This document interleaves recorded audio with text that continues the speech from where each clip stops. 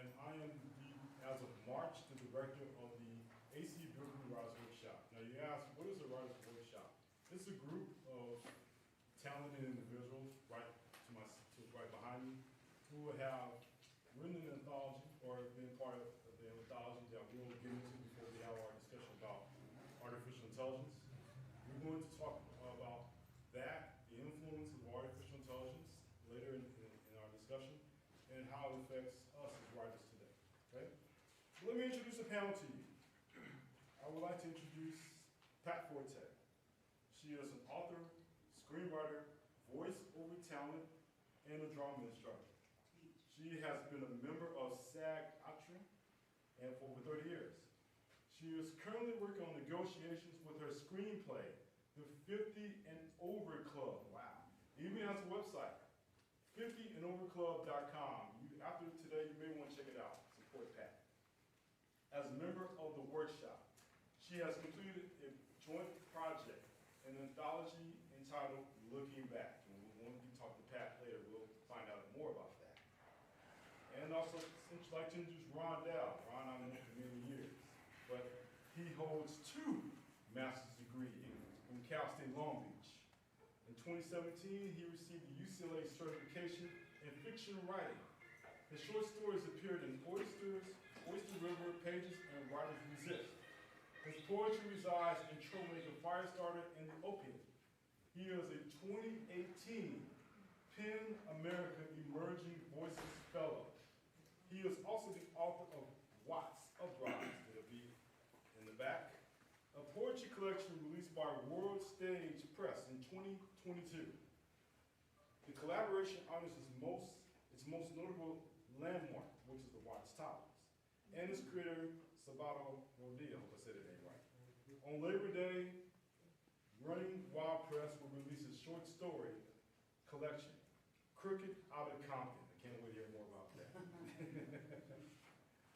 All right, I'd like to introduce Rona, or we know her as Rona Cook White. Rona White. She is a mother, wife, daughter, sister, friend, author, entrepreneur, and encourager. She likes to think of herself as a love caster. Prior to being diagnosed with lung cancer, she worked in human resources management as an educator at a local business college and enjoyed a journey halfway through a PhD program in organizational physiology. As her health challenges grew, her inner warrior emerged. Today, she advocates for greater awareness and increased funding to aid in new therapies for lung cancer and having lung health.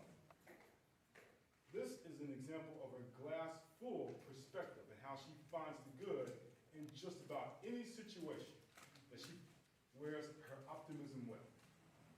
In scripture she lives by is Proverbs 11:27. If you search for good, you will find favor. But if you search for evil, it will find you. Her philosophy is, quote, my daughter keeps me young at heart. My husband keeps me protected and warm at night. My mother keeps me humble.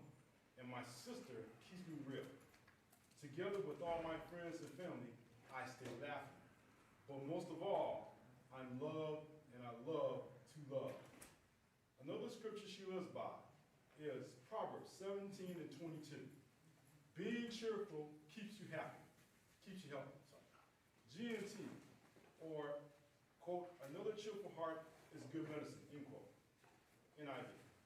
Her mantra, I will love, live, and laugh, sharing the blessings bestowed upon me as I fulfill each day's purpose and songs. So that is wrong. I would like to also introduce to you the Hawkins. Here we go. Miss Zola Selena Hawkins, or we like to call her affectionately Zola. She is a graduate from Cal State University, Dominguez Hills, with a bachelor's of arts degree in sociology major and a physiology minor. She was a legal secretary from 1979 to 2017. Working in the complex field, she provided the foundation for her organized and creative skills. she now uses in creative writing. She worked for private attorneys that specialize in family law, bankruptcy, probate, conservatorships, personal injury, and criminal cases. She assisted with the research and writing of her trial briefs and organized evidence for trials. She assisted attorneys in the courtroom with files and evidence during trials. Working from 1999 to 2017 at the Department of Justice, she was the main secretary working on international child abduction cases under Deputy Attorney General Elaine F. Trumont.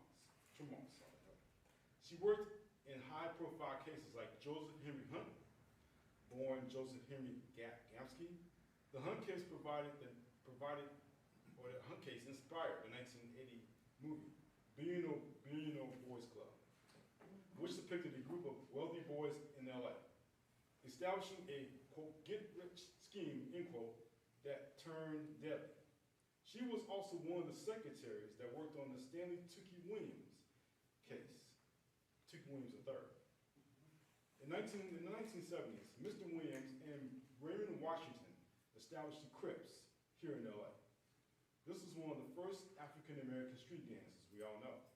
Consequently, coming from such a background has been instrumental for her stories, photography, illustrations, and working with the esteemed Odie Hawkins in his various genres. Zola is a certified Tai Chi instructor who is versed in the Dao Tai Chi sword, Tai Chi fan, and Shaolin cane. She is very talented. Just like her husband, the legend himself, Mr. Odie Hawkins, sitting right by her. He has been given the title, the Underground Master, by a loyal constituency who have followed his career throughout his 32 novels, short story collections, essays, television scripts, radio and film scripts. He takes pride in being the originator of the Pan-African occult game, as exemplified by The Snake 2020, Shackles Across Time, and The Snake Doctor. He was one of the original members of the famed Watts Writers Workshop, established by Bud Schoenberg. In the wake of the Watts Rebellion in 1965 and the Open Door program created by the Writers Guild of America, West, Incorporated, Louise Merriweather, John W. Block, Al Jenner, Robert Letwin, and Harlan Ellison and Bud Schoenberg were the instructors. Ghetto Sketches, his first published novel, was on required reading May 2010. Professor Justin Gifford, University of Nevada, Reno, Department of English.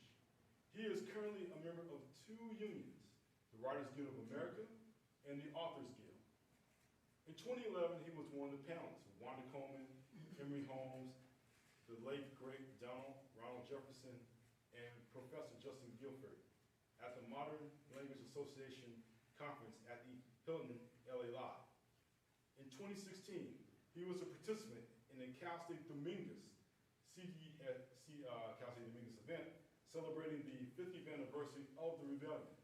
That is labeled as a riot. We all know it was a rebellion. That's right. Mr. Hawkins has agreed to let this university achieve his archives work, sorry. Mr. Chris Rubio is currently working with Princeton University to archive Mr. Hawkins' work from the Holloway House Publishing Company, Incorporated. Odie has also published books of social science fiction, Lady Bliss with co-author Ralph Vernon. He, the author of the second science fiction novel, Mr. Bonobo Bliss, a.k.a. Bo. His latest novel is Quatroon, Balls, and Bright Moments, was dropped February of this year and can be purchased on Amazon and other internet platforms. He is trained in various martial arts, including capoeira, thank you, and is certainly a certified Tai Chi instructor. And as for myself, briefly, I'm just an author who's taught various workshops here at AC Bilbrew for 13 years. Glad to be back with these fine folks being a director. And without that, I would like to get started with the anthology that you folks stories. Okay. I would like to talk about that. So I have 3 questions I'm going to ask you, and after, that will be long, just enough time for our main discussion about artificial intelligence. But this is a way to introduce each one of you to you, but outside the bio. So I'll start with you, Pat. Okay, this is a challenge to the writing community, the rise of artificial intelligence, all this, right? This is the way about the anthology. So what was your anthology in the AC Bilbrew Lives workshop? What was it? The name of my chapter? The name of your chapter. Oh, my chapter was called Looking Back. Okay, that's right. Okay, so what was your reason why you wrote this? Well, I wanted people to know what it was like to be black in 1940 in California, Texas and California, what life was like in 1940, 45. Right, okay. That was the reason. And what do you think that readers will gain from the experience? Well, I think that readers will understand your childhood determines who you are. How you were raised determines how you see the world. And so I wanted people to understand that when they see a person of a different age or a different ethnic background, to understand it's because of their background is why they're like they are, and to understand it. And so I thought I would share my background so you'll understand where I'm coming from at my age. And what was your feeling? What did you gain from this? Well, I gained that you can't judge people by your perspective. You have to get to know the person. And to know the person, you'll see where they're coming from, their values of life. Good. Yes. So, Ron, what is the name of your anthology, your piece of the anthology? It's called Watts Raised. Okay. So, same questions I would ask to Pat is that, what was your reason for writing this? They twisted my arm. Okay. If it was up to me, I probably wouldn't have written this because I was in the mode of writing poetry and fiction at the time. But so I was glad I did it because it's now going to be the start of a memoir. Okay. What do you think that the reader will gain from this? Well, it's like Pat said, I cover a lot of more territory, basically the 50s, 60s, and all the way to the present in this particular writing that I'm going to expand. So, a lot of my upbringing and the places where I lived are being or have been erased. Yes. And this is my way of making sure that we don't disappear altogether. And because I feel that unless we write the narrative will not be told or it will be screwed up. Okay. That's my motivation. That's good. So what did you get out of this? Well, it made me reflect on a lot of stuff I have repressed. Really, and it sort of brought up a lot of emotions and feelings that I just pushed back. But I think for the reader, like she said, where we were raised, how we were raised affect who we are. And that's important to understand, right? And so my contribution is that for those who don't know, you read this, you will know. Yeah. Really, and you'll see some similarities even for what happened in my period that are still happening right now. Good. Okay. Thank you so much, Ron. So, Rona, what's the name of your piece in the anthology? So let me tell you, this is why AI is so important because I couldn't remember the name of my title. So I'm over here really quickly going back through the technology, but the name of my title was It Runs in the Family. Okay. And I changed that title so many times, that's why I couldn't remember. And we wrote the book, we wrote our stories years ago, but the self-publishing portion of it is what took a lot of time. So there was a lot of stuff that I forgot, like the title. Okay. So what would the reader gain from reading your piece? So empathy for others, because my piece, it speaks about a time in my childhood that led us to Alateen, which is the 12-step program for teenagers. And there was a lot of addiction in our family, but there's always a backstory to it.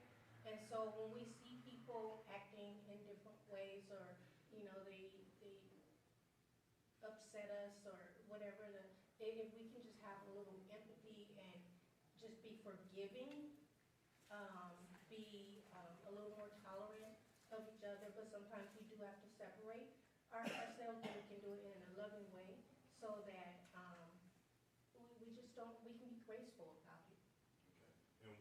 what did you get out of this?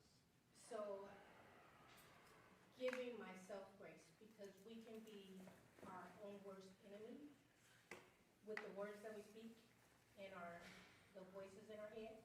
And so, regardless of how much I flopped, regardless of how much I failed, felt like an idiot, I mean, these words sometimes I would just beat myself up with, and I just learned to give myself grace. And it's okay that we screwed up today, we as in me. It's okay, but we gotta keep moving on.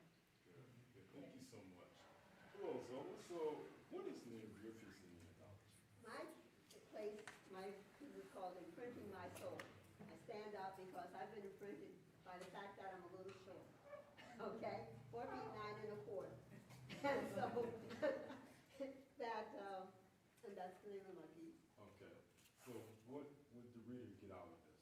Okay, I would hope that it wouldn't have to be a medical emergency or trauma in your life for you to take time to examine your life. Who are you today? What brought you to be who you are today? Do I need to have a fork to eat? Or can I eat with my hands? Okay? All this imprinting that you get as a child, and sometimes people don't know that they're imprinting you or scaring you. Like they walk in the room and it's like, oh, that's the person who beats me up every time they show up. Okay? So anytime you see a person that's this tall, this big, it's like they beat you up. Okay? And so that's important that you realize why sometimes you're afraid of situations because you were imprinted small. Okay. And what did you get out of this? I got out of this that I'm okay. Okay, I'm not perfect. I don't have any holes in my hands. I don't have any thorns in my head. Okay, so I'm okay.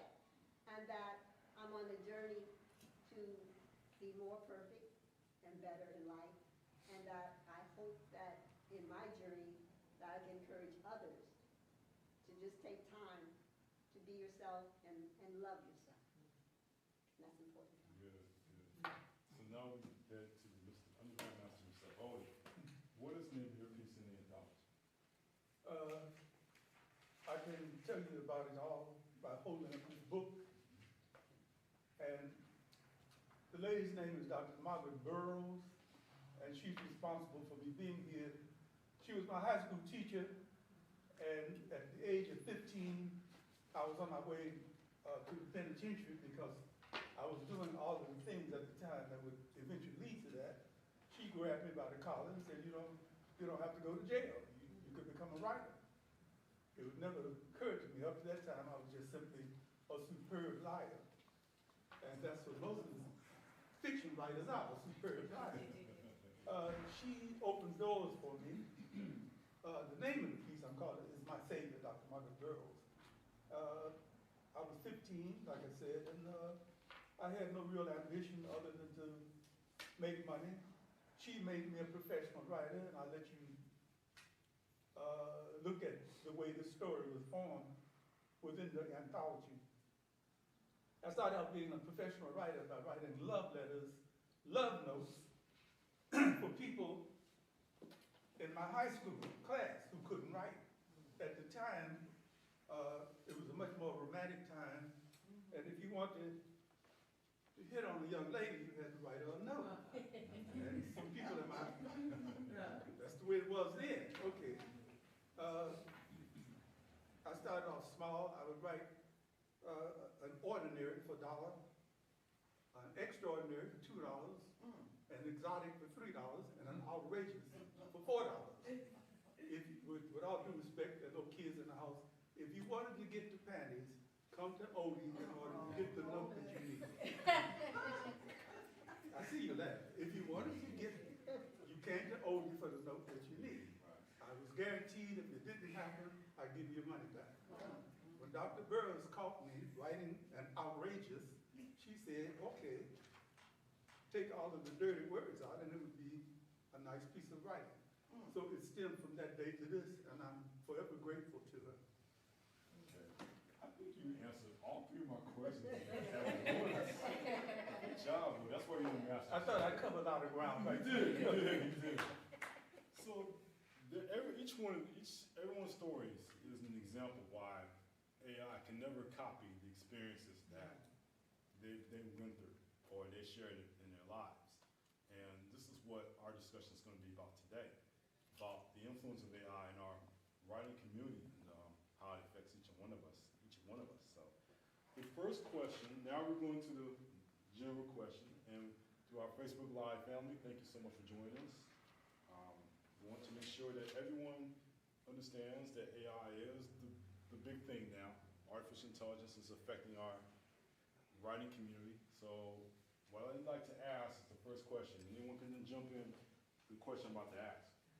Is that what are your thoughts on artificial intelligence entering our space? Well, go ahead, Pat. I got this from Ron Dowell. It's been around a long time, since 1950. Yeah, who knew? Ron uses it, and I use it for Grammarly, spell check, and I didn't even know it. I didn't even know it was Alexa and Siri. Yeah. That's just artificial intelligence. Who knew? Yeah. And so, but I think as a writer, I know it helps us with our tone, with our sentence structure, maybe our outline, but in the back of I'm for it, but in the back of my mind it's always, it's making us lazy. It's making our muscle less strong, I think, as writers, but maybe not. But maybe I'm not looking at it in the right perspective. I'm not sure. And artificial intelligence. I know it, and it answers you really quick. I know it goes on patterns and stuff, and AI will tell you, I think they said it here, AI likes to do, AI does not have a conscience, nor does it have any self-awareness. We process information and generate responses without experiencing thoughts, emotions, or sense of self, but our thoughts are based on pattern recognition and statistical associations learned from data. They can answer so quickly. If you ever used it on the computer, they get back to you, they get back to you so fast with the answer. I'm going to stop pretty soon, but I called up AI and said, can you help me? I'm trying to get I'm trying to negotiate, and I need a film agent. Instantly, they said, write this letter out and say it this way and do it this way, and let us know how it goes. I mean, it was so fast. So I'm just saying, I don't know where it's going. I think the jury's out over here. Okay. But it's very helpful. But I don't know if it's going to bite us in the end. Yeah. It's Don't know. it's controversial for a reason because it's And they're unpredictable. Yeah. Anyone else on the panel have a thought about AI invading our space? I'd like to say, first off, I'm not anti-AI. I have at least 4 books that have a character in the book who uses AI to do what she has to do. The thing that I'm looking at as a member of the Writers Guild, of the Screenwriters Guild, and the Authors Guild, as you know, this past year we had a strike, and one of the major reasons why for the strike was the use of AI-generated characters and AI-generated scripts. If you write for a living and you depend on AI, you can't register what AI has helped you do. So that short circuits the writer. In addition to that, it creates lazy writers. I hate to put it like that, but if you can come up with, okay, here's the story. This black guy is married to this white woman, and his friend tells him that his old lady is cheating on him. And the brother winds up killing the woman. He's strangling her. The story is pitched to a producer who says, okay, I like that, get out of here. For those who've been paying attention, you know that's the central part of Shakespeare's Othello. The only thing the producer has to do is feed this particular bare outline into the technology, and it will regurgitate within a couple of minutes a full script with all the elements in it, plus everything else he needs to make the money that he wants to make. The biggest complaint I have against it, I think, is that it might create a sense of cultural suicide, or maybe cultural oppression for those of us who want to write from our own particular cultural bottoms. If you you are, give you an example, I have a character named Rufus. Rufus says what it is, what it is. The technology says to me, no, that's incorrect grammar. It has to be, what is it? So no, I'm saying, he doesn't say what is it. He says what it is, and what it is indicates much. It's the time of day, how's the drugs out there, you know, where can I get hold of something, and so forth. It's what it is. Okay, if you get into the nuances that come out of our Mississippi grandmothers and our Arkansas grandfathers, that would be squashed because artificial intelligence does not recognize that particular area in your folk life. As most of you are aware right now, African American history is being bleached. We're being asked to disregard the fact that we were brought here. We're being asked to disregard who we are. They're saying to you that you don't have a history. So if you are using AI to help you write your creative material, I'm not suggesting it's a bad thing to use for fact checking of certain type, or that it should be the wrong thing to do if you want to write a quick outline. But if you're writing books in the way we are, and you get artificial, I want to say artificial insemination help, then you might wind up suffering from not being able to say what you want to say. Ron Dow writes in a certain kind of way that has nuances and tonalities in it that I do not think AI will be able to capture. There's certain tonal, I say to somebody, hey, motherfucker, what's happening? That's my friend. When I was growing up, we used to call across the street at each other the most obscene things you ever heard of. Somebody shakes their head and says, oh, you shouldn't have done that.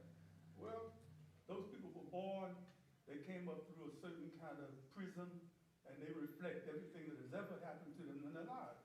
AI cannot capture the nuances of all of that, and it's one of the reasons why the writers went on strike this past year. Yeah, that was, let me read something from CNBC to what Odie was saying. This is, I think, an agreement from the Writers Guild of America. The Writers Guild Agreement, WGA agreement, established that AI cannot be used to undermine a writer's credit or used as a means to reduce a writer's compensation. The contract does, however, leave room for studios to train AI using pre-existing material in the WGA's original May proposal, which triggered the strike that he's talking about, which would have disallowed studios from using materials to train AI outright.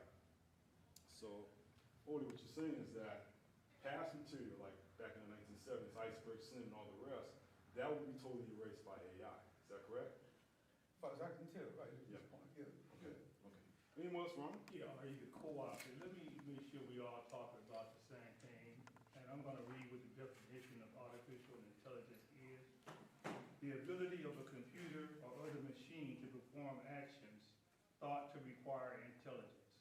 Among these actions are logical deduction and inference, creativity, the ability to make decisions based on past experience or insufficient conflicting information, and the ability to understand spoken language. Right there tells you a lot of, particularly this part about creativity. But what my experience has been with AI, and I do use it, it's like, it cannot, like Odie mentioned, pick up the nuances. I could write about Jordan Downs, and I do write a lot. And I've already plugged that into AI. And there's very little in AI about Jordan Downs or Palm Lane public housing. So what AI does, since it's looking to be more intelligent, it looks around for everything. So I already know that if I start to see a lot of stuff about Jordan Downs and Palm Lane, that's because of the stuff I put in there, right? And like he's saying, the problem with that is that if somebody takes that and don't even compensate or even give a person credit for it, they'll create something entirely different and without any credit, right? And so that's one of the problems, and I think that's probably what led to the strike too. But so in terms of creativity, there's a lot of limitations to what it will do. Really, I've asked it to do some illustrations for me, and even, you know, to me, it's not the best illustration. It doesn't ever replace a human artist. But for for my purpose, is satisfactory. It doesn't have what this other word is sentient, which means our ability to feel, right? To see and to process things only a human can do. If you think about RoboCop, if you've seen that movie, that what they tried to do there was integrate a human being with a robot. But the part about the human being is what gives that person, that thing, feelings and the human perception. And he has a mechanical body, but they realize that there's no way you can use a machine to replace the little nuances that we think about and feel. For example, I write about being a 5-year-old extending a dark stare in the projects and felt the chills and all of the things that I went through. Now, AI could probably come reasonably close to that, but I don't think at this point it can be to replace that human experience. So it has a lot of limitations, but it can be very useful. Okay, anyone else has a thought? What's been said here? Just one thought on AI, that I think it was the Japanese created the first robotic woman. And she suddenly wanted to know if she could have a baby. And the scientists were like, wait. We didn't program you to want a baby, okay? And so they're saying they have to re-examine her programming because this was not part of the programming. And 60 Minutes had a thing on AI, and some of the scientists who created AI said, we don't know quite what we created. Okay, we got a problem here. So we let the genie out of the box, and heaven help us. Where it's gonna go. Okay, thank you. Yeah, anybody want to say anything else? I'll just add that, next to Japan and India, they already have a newscaster, AI newscaster. So we're at a point where AI is here. The fear is AI taking over, and we're trying to figure it out. And so we have to be mindful of it across genres, because you can look at the newscaster and say, okay, but that's not us writers. We can look at the audiobooks. They're taking over with the audiobooks. They're no longer using the author's voices. So it's just a matter of time before it actually, they're writing all the books for us. And like everyone is saying here, the content, we don't want to lose our culture. We see it happen in so many times, in so many ways over decades. You look at hip hop and how that was the Black community. But now when you say hip hop, it's not necessarily Black, because it's been, everyone has absorbed it and they've taken it and changed it in different ways. You know, it's still us. And so when we look at our writing, it's the same concept. We want to make sure that our voices are heard and that AI is not doing everything for us. And if we start off by being lazy and allowing AI to do the writing, then that's what's going to happen eventually, and that speaks to the genocide that Odie mentioned. Good point. Yeah. I was gonna say, has anybody in the audience used AI? These students, okay. Oh, would anybody like to, before you guys comment, this young man from Long Beach State told me that he was really doing poorly in school, but he went to AI and he started doing his essays using AI. Yeah. And then he said, all you gotta do, Pat, is just change a little few of the words, and then it's your document. And so he said his grades have really gone up. So, young lady right here in the front row, tell me about your AI experience. I've just been using it for writing. Look louder. I've been using it for writing here and there, like to reword things. So, do you give it, you use it for essays? Creative writing. Creative writing. Creative writing. Like if I don't like a certain Certain word. for more suggestions. Like if I want to convey like anger, like there's different ways to show like subtle anger, like their eyes, their mouth, their hands. Body language, whatever. Yeah, stuff like that. Just small things like that. So do you give credit to AI? Everybody's not giving credit. Really? Yeah. Okay. I don't know. Somebody else said they used AI. The young lady in the back. So my daughter is actually applying for college scholarships. There's an app called MOS, and it'll tell you like, oh, we'll help you write your essay. You just have to give us like certain information. It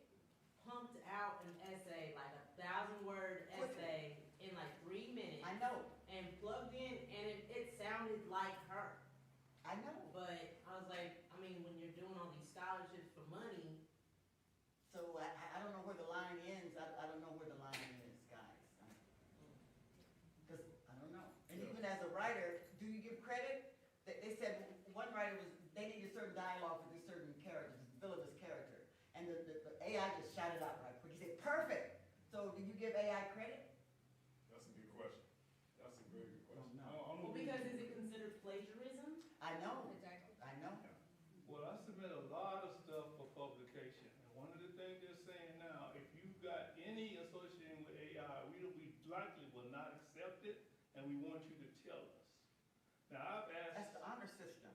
Huh? That's the honor system. Well, absolutely. I've asked it to create a poem, and it did create a poem. Only thing I noticed about AI, it knows the rules, right? So that's where it leaves out the nuances. If you leave out something about sensory perception or something, it'll tell you that, right? But if it's creating a poem, it may not necessarily do that. So I don't use it to create. I will use it to critique. For example, in our workshops, that's what we do. We read each other's writing and we give each other feedback. Now, in the absence of that, I use this thing to critique. And it will do that. It will tell you, but based on the basic rules of poetry, that's all it could do, what you may be leaving out. And so it's up to me to put it in. But it's my voice, and it stays my voice. It may make some suggestions about syntax. The syntax for me is a problem. Honestly, I went to inferior ass schools, and I never did. English was not my strength. So what it will do is suggest a way to reorganize or rearrange the words on the line. It takes my words and rearranges them so that it even makes more sense.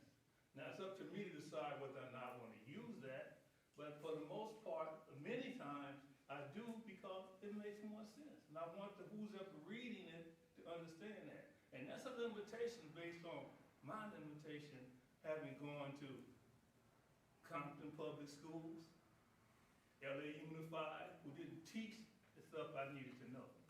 So what am I going to do? Okay, that's very good. So the two things that have popped up since our discussion started. One is that AI will make the writer or aspiring writer, author lazy. And two is a cultural appropriation on the part of AI, right? You get the sense of that.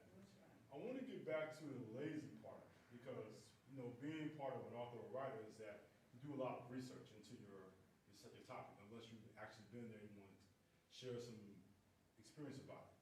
But the question out for the panel is that, do you see that the research part of it is taken away from writers because you have AI, why do research? Why be that great author or writer that you want to be by just going to AI and doing the research, right? Like Odie has a lot of experience.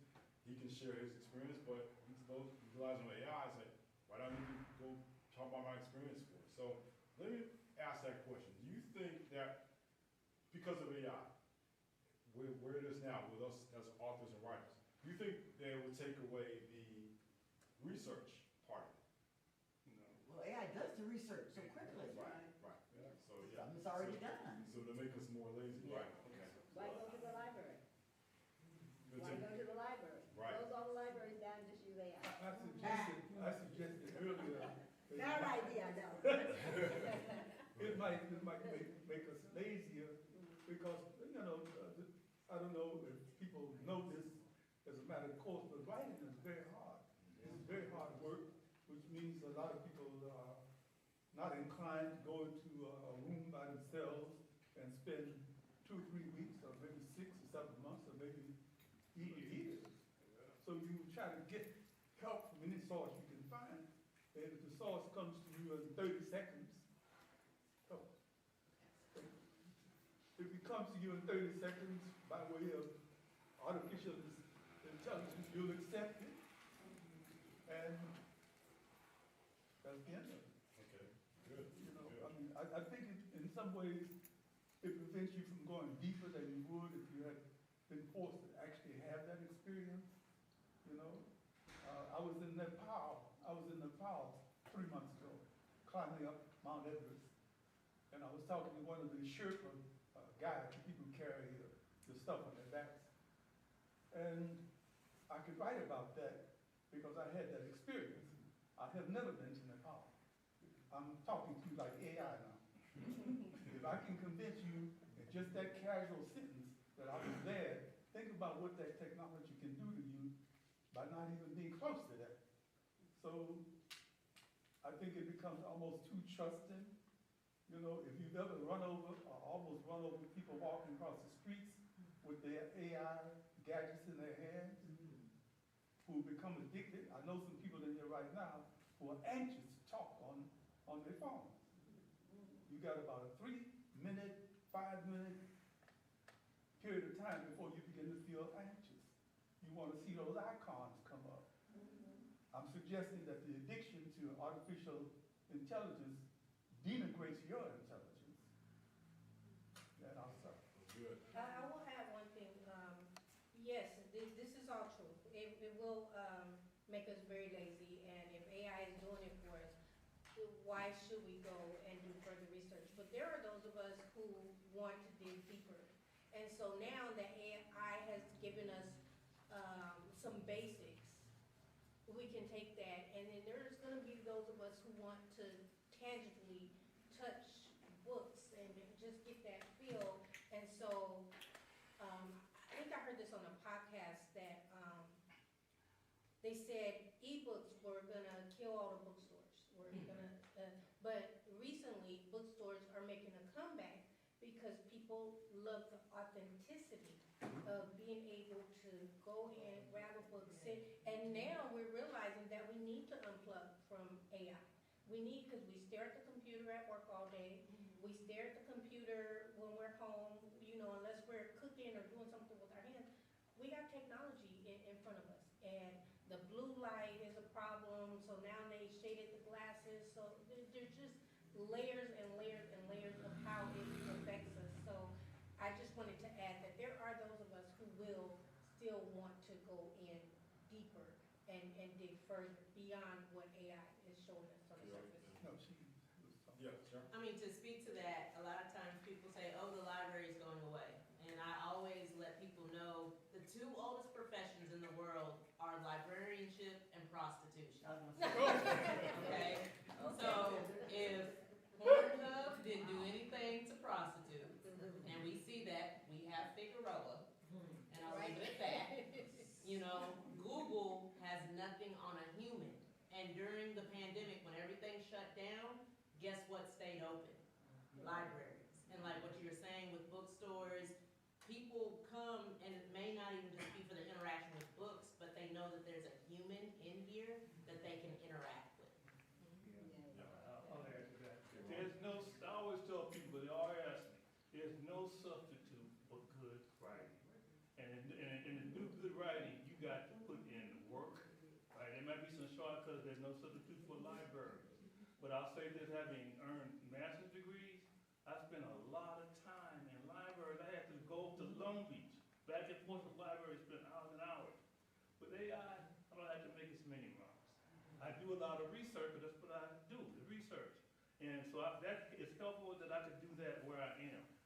So it is positive for me in that respect, but then again, it can only take you so far. Everything in libraries is not on AI yet. They haven't found a lot of stuff, so you still may have to go.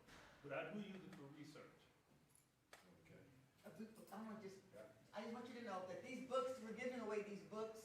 We're going to do a trivia later on, but I want you to know these books are yours. Just pick out the one you want and answer the question. You got it. Now let's continue. We'll definitely get to this section of Ralph in a minute. But I want to just ask the authors here on stage is that where do you see your works, your own personal works with AI right now in about 10 to 15 years? What do you see? Do you see someone like Odie was saying before, the older works will probably be replaced by AI or rewritten through AI?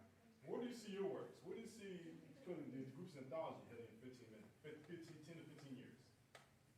I have no idea. I think, I'm working on the pandemic story, and I think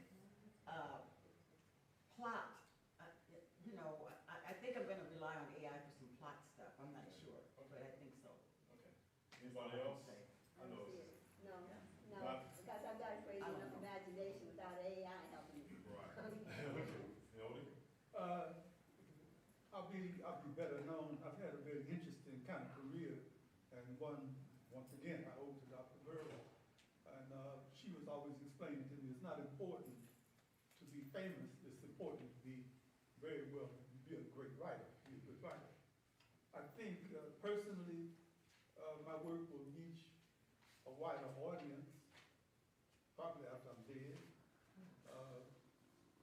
And one of the reasons somebody suggested they started calling me underground master was that I have so much material out there, but I'm not very well known. Well, that's the way it happens sometimes. I think it will become better known because the technology will be, right now, we have 2 or 3 great fan clubs in Italy. That is Mezzaconetti is always talking, when you write the next book, so that'll happen. Okay. The reason why I asked that question is because, let me give you some background. I used to be the executive director of the LA Black Book Expo. And I think everybody on the panel knows I was the executive director of this event that happened for about 7 years. There had a lot of authors, a lot of local authors come and want to promote their works and also share the books and sell their books. And I think we have a great authors community here in LA. The people in the workshop, the making the workshop can tell you, and they can show you this right now.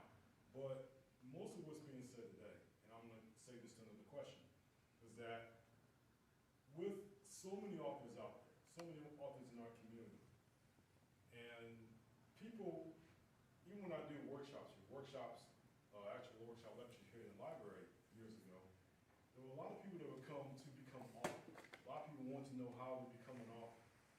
And now that AI is part of our community, let me ask you this question. Do you feel, and I think this would be an answer, I think everybody have the same answer. Do you feel that people who have not yet written that first book, that want to write that first book, when they see AI as a way out to get that first book out? Heck, yeah. I mean, it would make it a lot easier. So as an author, Yeah. someone who's been there doing the work, doing the research, how would you feel that someone took that easy route to the freeway and you're still struggling in traffic? Well, I'm gonna say this. I feel like, again, it's here. And we know it's gonna happen, so we have to figure out the best way to utilize it for our advantage. And for me, my weakness is outlining.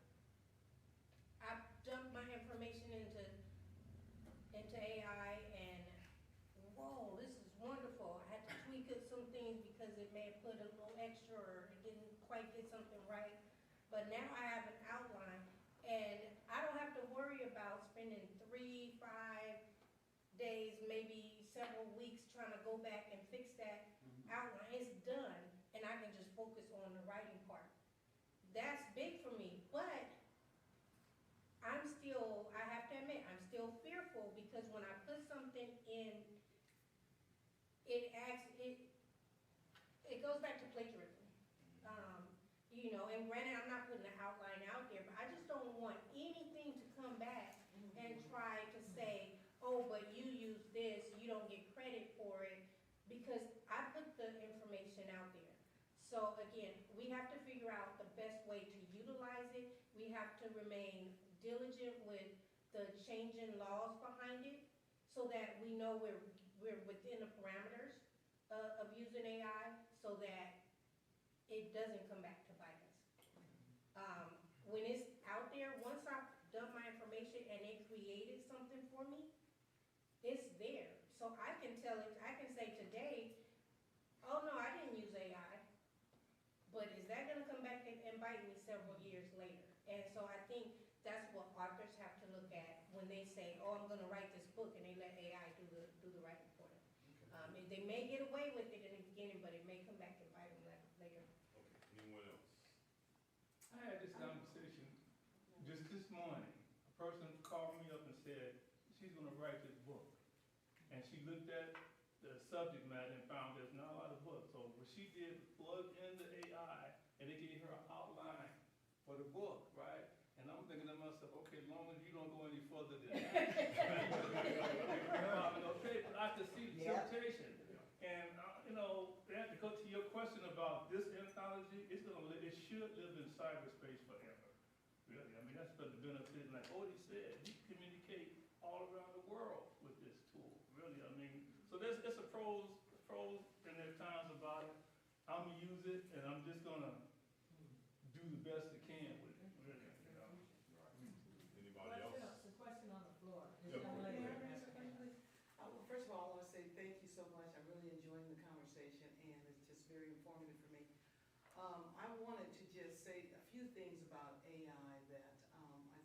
important for the group is that, you know, first of all, it's always, like someone said, it's always been here. I remember we used to have to do mathematics, and this before they had a calculator.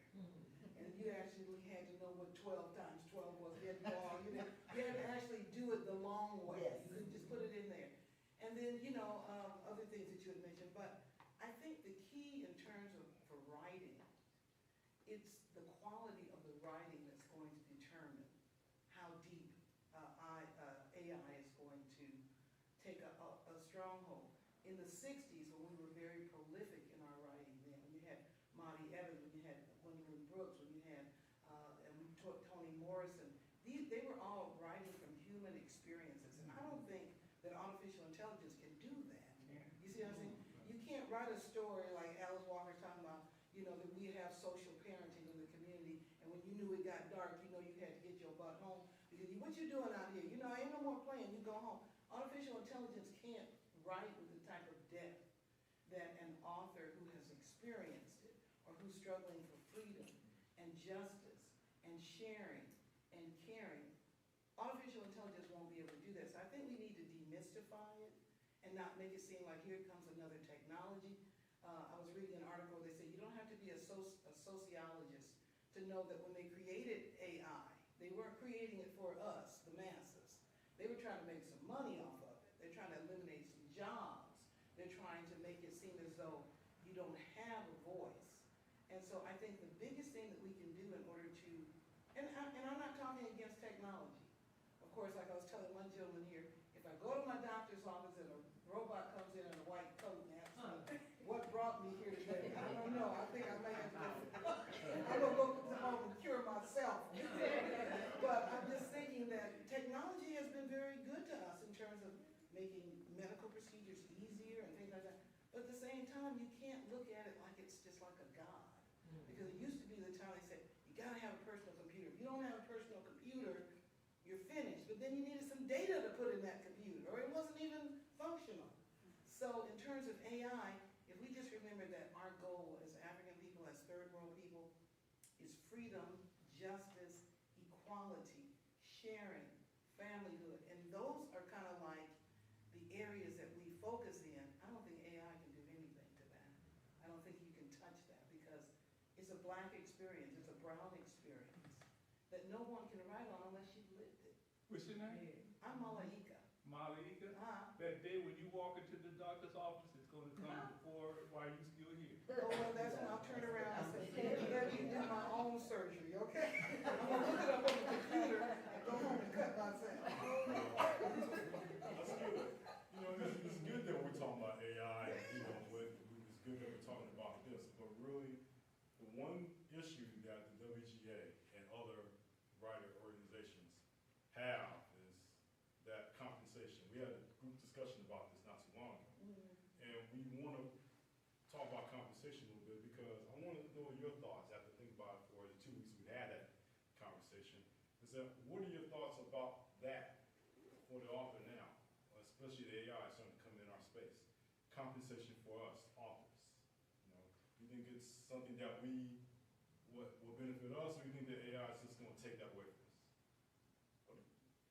As I said earlier, we had a strike, 2 unions went totally out on strike for the reasons that you just talked about.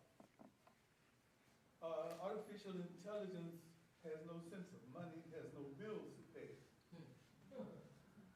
So you don't have to worry about this captive technology that you're using for your own benefit, unless you are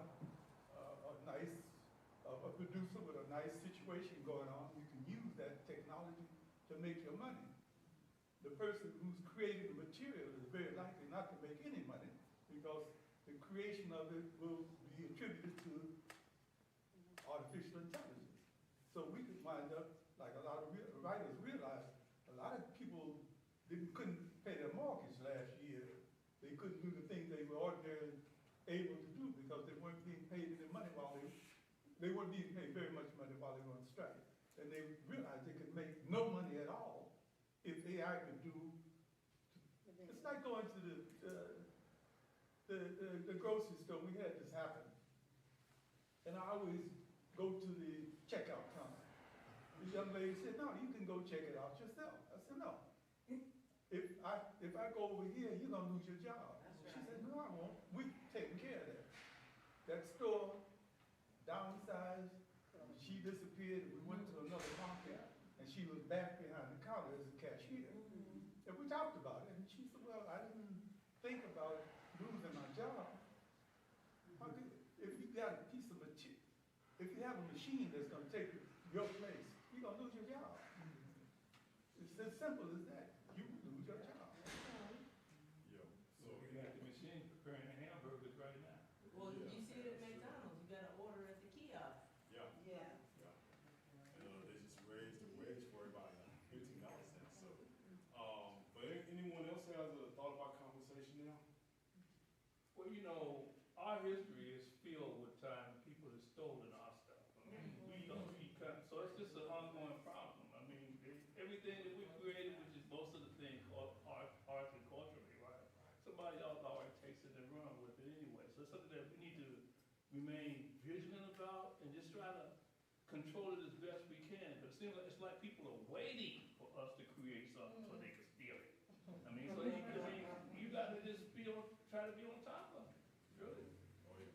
We have a young lady right there. Yes. Like, to piggyback off of that thought that you just said, do you think that because, other individuals who may not be as melanated, their pockets are now being touched, do you think that that's now why there's an issue with AI? Like, if it was just our communities that were being impacted, do you think this would even be a conversation? No. No, no, No. no. Good question. I think we all know the answer to that. Just wanted to put it out there. But it's good messages, so. Another hand right there. Okay, yes. I wanted to ask, based on your statement about compensation, I work in the technology industry, and I have reservations about using AI, but with respect to compensation, I think there's more opportunity now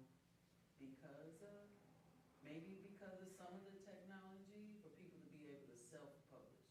And so, when you say compensation, then that way, all the money's coming to you. That's true, yeah. That's true. Everybody on the panel? Oh, I just wanted, because you mentioned self-published, I just wanted to mention that we actually self-published our ebook on the library website for free. Again, AI at its best. But I definitely wanted to plug that. There are some restrictions. You can only do an ebook. So when you're looking at printing, you're moving out and finding print websites. You have to do, of course, your own marketing and such. Whereas when you have publishers, they can do that kind of stuff for you. But absolutely, self-publishing, I think it's the way to go today because, like you said, you can keep it. You can keep 100%. You put the money in where you need it, and you get your returns. Okay. Anyone else want to address that? I have a question. Yes. I'd like to know the result of the strike. What was the outcome of it? The Writers Guild strike. What was the outcome? Sophronia, I can't hear you. What was the outcome of the strike? The Writers Guild and the screenwriters achieved some better circumstances, but the matter hasn't been resolved yet. Because it's still, right now, as we speak, there's litigation about how acceptable AI-generated writing should be. It's just up in the air. And the agreement is, I think, ends in 2026 or 2025. So it's like, they got an agreement, but they may be striking again in another 2 years because, things change. I also heard that they were doing it, like they were revisiting it every 6 months. Yeah. So that it didn't give AI the chance to get ahead and take over in the situation. I'm not following it completely. Well,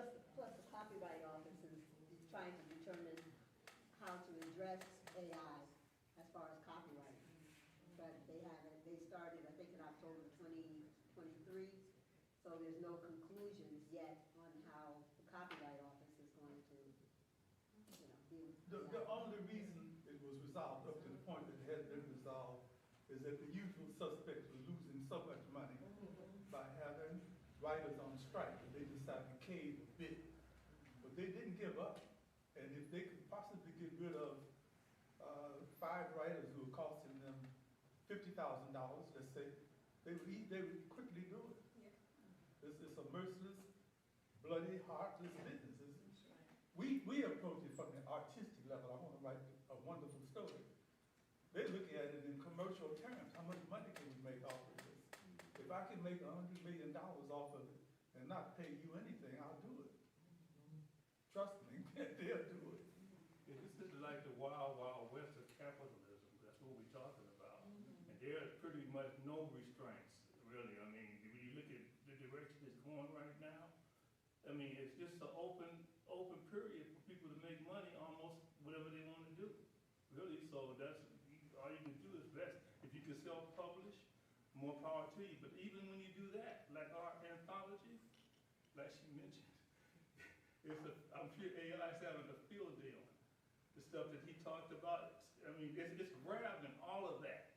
I use a dictionary app, and it gives me the definition of the word, thesaurus, and all that kind of stuff. But it also goes to some places in literature where the word is used. That's AI, right? It was like Shakespeare, whatever, wherever it's used. So Toni Morrison, right? It would show where she's using that word, and you could get some ideas from writing just by seeing that. That's AI.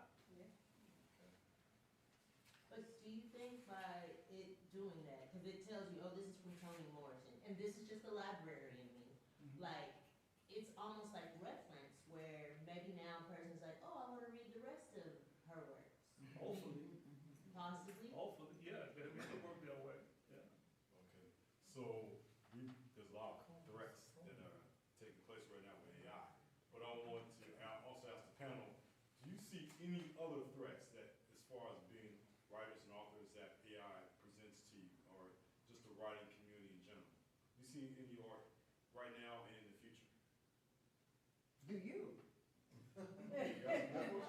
I think that AI is definitely going to present some threats, especially as far as what Odie was mentioning about the screenwriters and also the Writers Guild.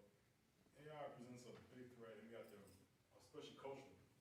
You see the genres that people are now getting involved in, especially in the publishing side, right?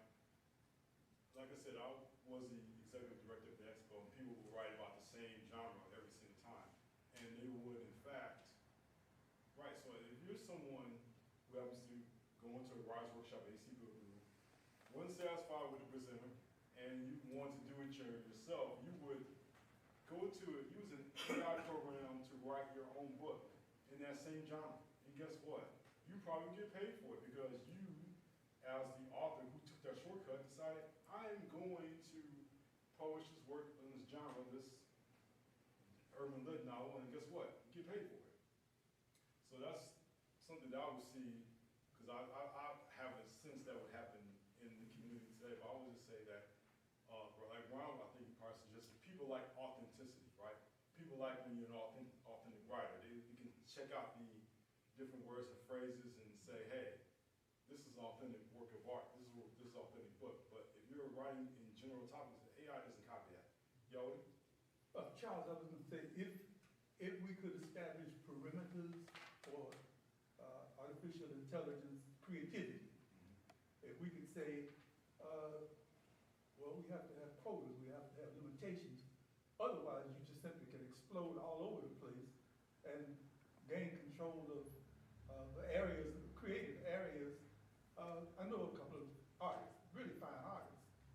I could take a monkey with a paintbrush and have him do whatever, and you could say, well, okay, so-and-so did it. It has the right name on it, it has the right brand, so it can be sold for umpteen numbers of dollars. That's what AI can do. If you have limitations for it, you can only do so much. It can't overstep those barriers.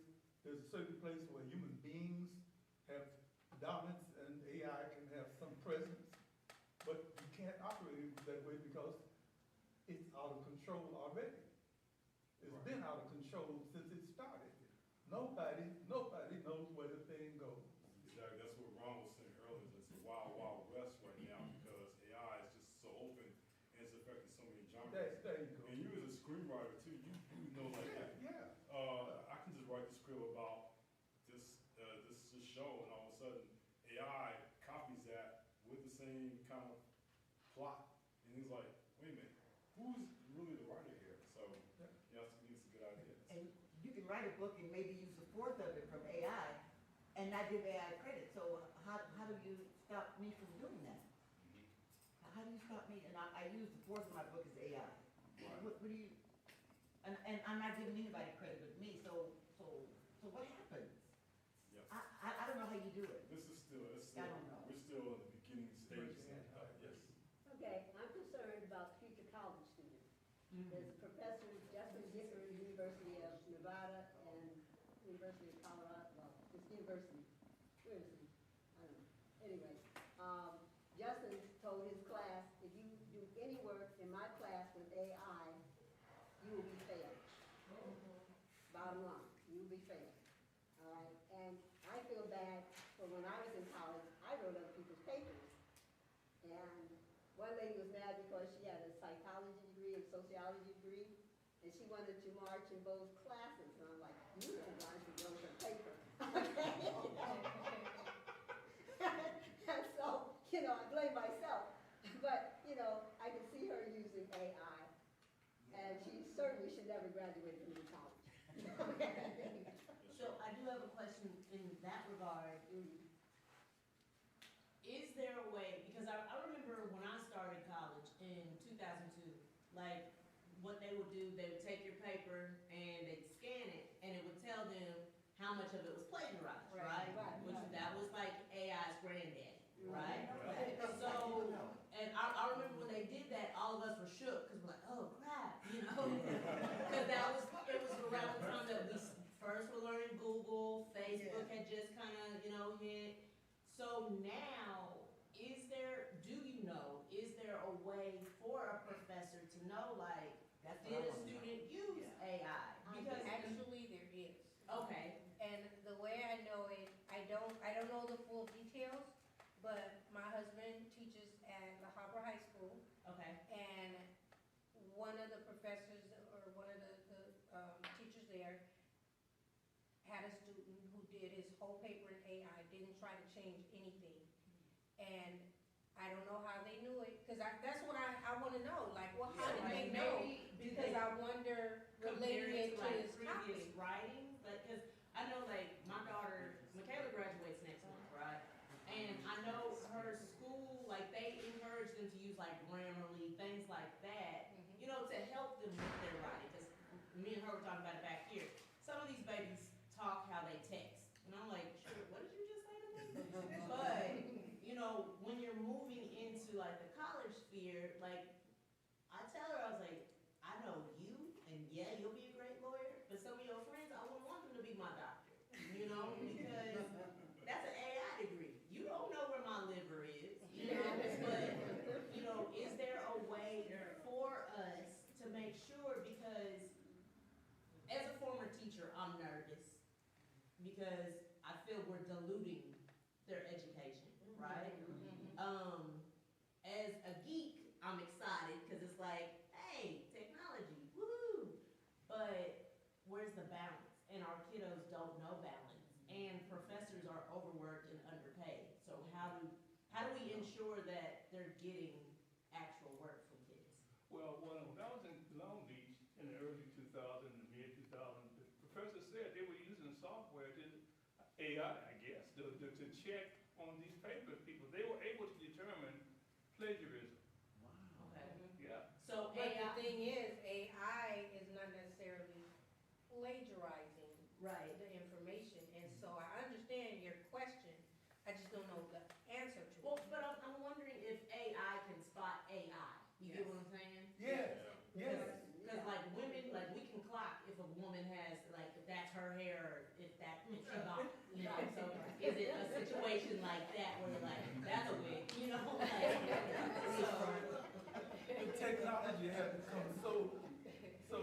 intelligent, it can create other AI intelligences.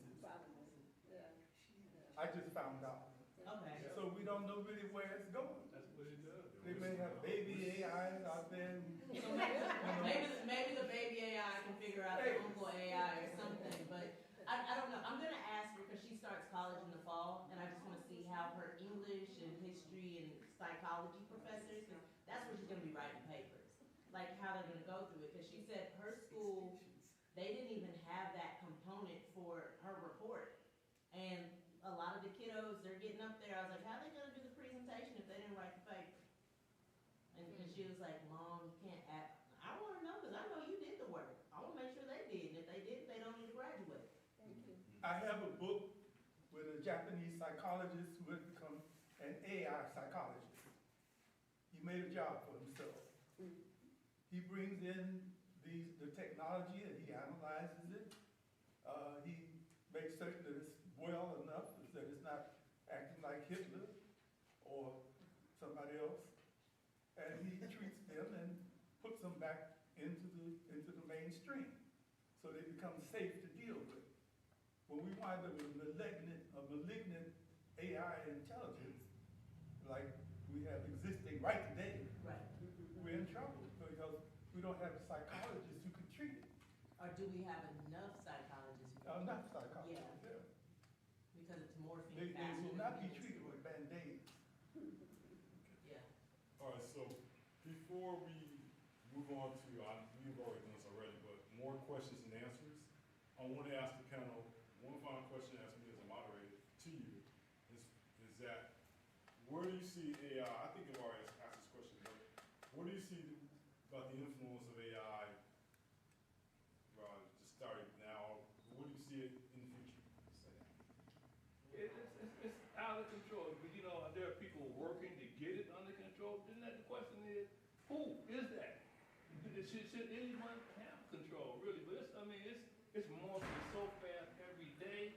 I don't see how it's ever going to be under control, really. So who knows where this is going? I mean, I don't have a clue. Yeah. Anyone else? How's it? So they have waitresses in some restaurant, it was on, so like in LA morning or whatever, so they have AI waitresses. Okay, wonderful. And I think it's in Japan, they have AI people to take care of the elderly. I didn't know how to say AI people, AI robots to take care of the elderly. In West Hollywood, they have a little AI robot that delivers like That's what it is. DoorDash. Okay, there you go. I almost hit him the other day.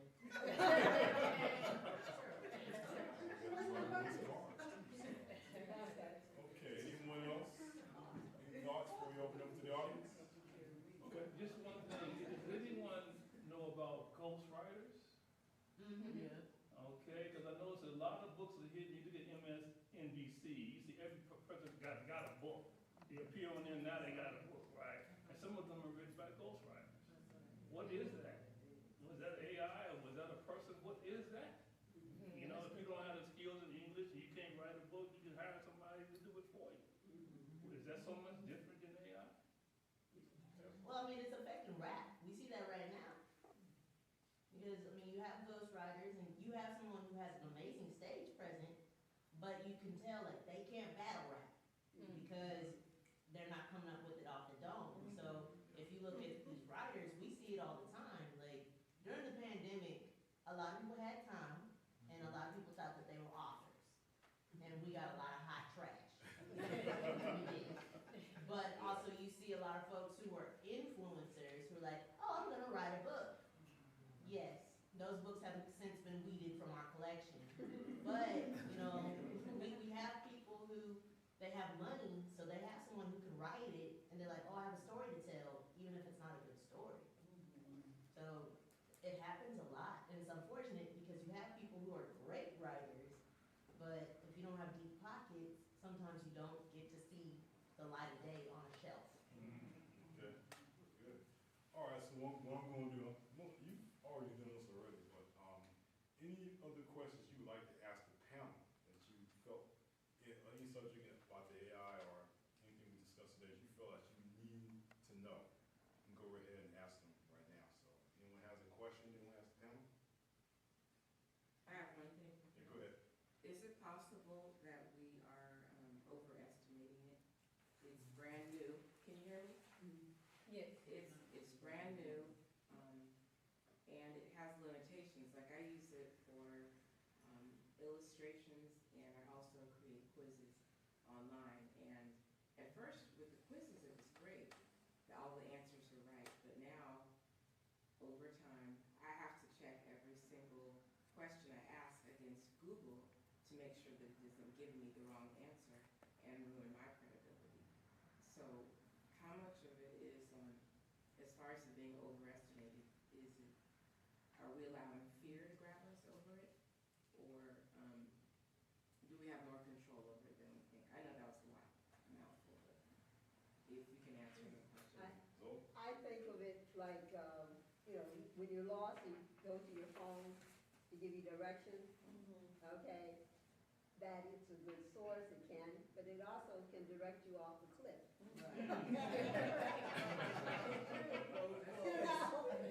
And so consequently, at some circumstances, like I do Duolingo Spanish, the English person or whoever is doing that English for Duolingo, they don't speak English, okay?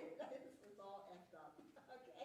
But that's the way the program is served, so you don't pay for the program, you get what you pay for, okay? And so with AI, maybe if it's more advanced and you end up having to make a payment on it, it might be always perfect with the right answers. I question. Could I ask a question? What would happen if we came up with a black AI?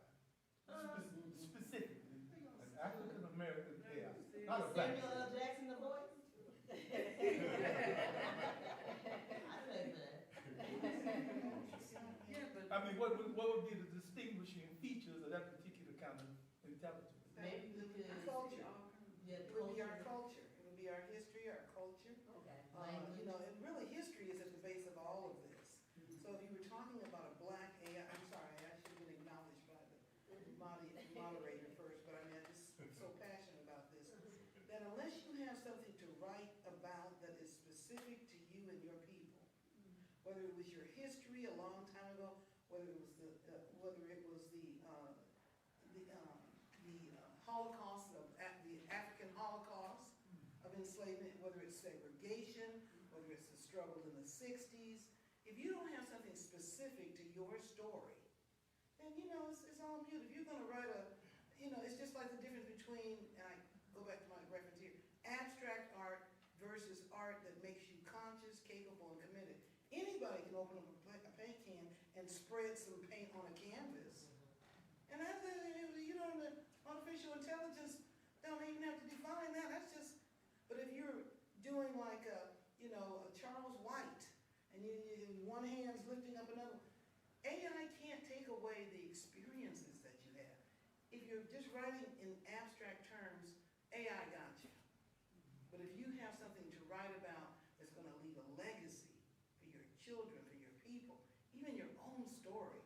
I forget which one of the people, the sister said, she's writing about how life was in the 40s and the 50s. Nobody knows that but someone who's lived it. They can talk about the World War II and it was over with, and the Japanese internment and stuff, but who's going to tell our story? And so that's where we have you look at AI and you say, okay, it's a tool, just like the computer's a tool. But demystify it. Don't make it seem like it's just coming and you're not ready. I just want to say, please don't make a black AI. We give away too much of our stuff as it is. Well said. And who's gonna own it is not gonna be us. Just like, and that's who's gonna get the money. It's not gonna be us. It's just like everybody talked about, you've heard Tubi, right? All these black shows are on Tubi, all these black movies. Who owns Tubi? Rupert Murdoch. He getting all our money. Well, maybe we can do like a diet black AI. Because think about, like, if you Google something that deals with our health, it's not through a black lens, because they'll be like, oh, collard greens are so unhealthy. And it's like, I know. what? You supposed to be leafy greens. Well, I know they already do that with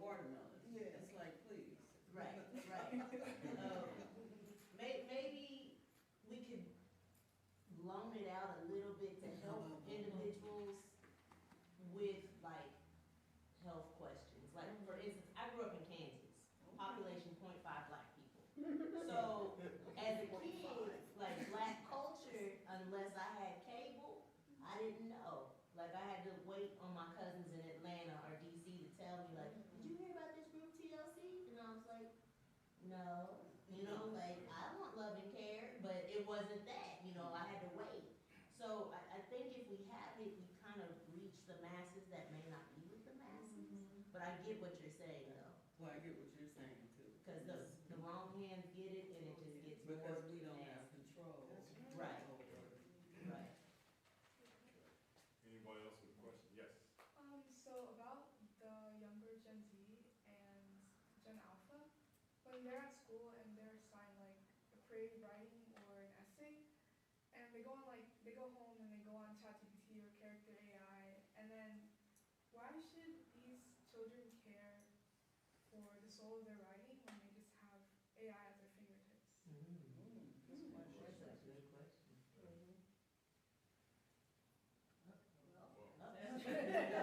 Why? You're right. Well, I would venture that your writing, maybe today, if you're in high school, you need an A on your paper, doesn't mean shit. But 10 years later, or when you have children, part of all of that shouldn't be AI generated. They should be able to know your experiences. Like I work with an attorney whose mother was in Auschwitz, and as a child, and we're going through all kinds of temperament and personal situations, but she could not express it. The childhood had traumatized her so, and her daughter would say, "I wish she could write about it, okay, so that I know what mommy's going through." All right, and if you get used to expressing yourself for you, not through technology, you get to better know yourself. And you don't need to pay psychiatrists $250 an hour. Because, I remember when I was going through a divorce, and the psychiatrist said, family counselor said, "I wish all my patients understood what they were going through like you do. We'll set us another appointment next month." Okay? I'm like, no. I know what I need. I need to walk away and find another life, not have another appointment. Yes. So the more you write from your own experiences as opposed to using AI, it means something. As a 75-year-old, I can tell you. But you have to be careful not to lie to yourself. But growing up, AI is like, if you're not really a writer, we used to use Cliff Notes, when you didn't read the whole book. Yeah. And so it's like, it's a helpmate. For those who don't really care about writing, as a writer, I want to read the whole book and the whole thing. But if you're like the average student, just trying to get that grade, you got to use AI and keep it moving. That's right. That's what's going to happen. I would also add, there was a point in time when the schools stopped teaching handwriting. Now the schools are teaching handwriting again. So that group who went through school during that time, they're not able to, a lot of them can't read handwriting. They certainly can't write it. Now it's coming back into place. So that's just a space now that they're lost in. So it can very well happen with AI because we don't know what the future holds for it. And so if you handicap yourself and say, "Yep, I'm just gonna tell AI to generate this for me all the time." I'm not saying don't use it, but I'm saying if you handicap yourself and don't even make the effort to do your own work and just continue, then you're gonna find yourself lost by the time. So as a child, you're getting through school, now you have a degree or a diploma, and you go to work. But everything that you put on that diploma, how you can write and how you can do it, they don't use it anymore because life evolved. But you're stuck because you didn't train yourself. You didn't do the work, you didn't put in the work. So it's very important that you at least make the effort, but at the same time recognize what your limits are. But you gotta try. Yes. So,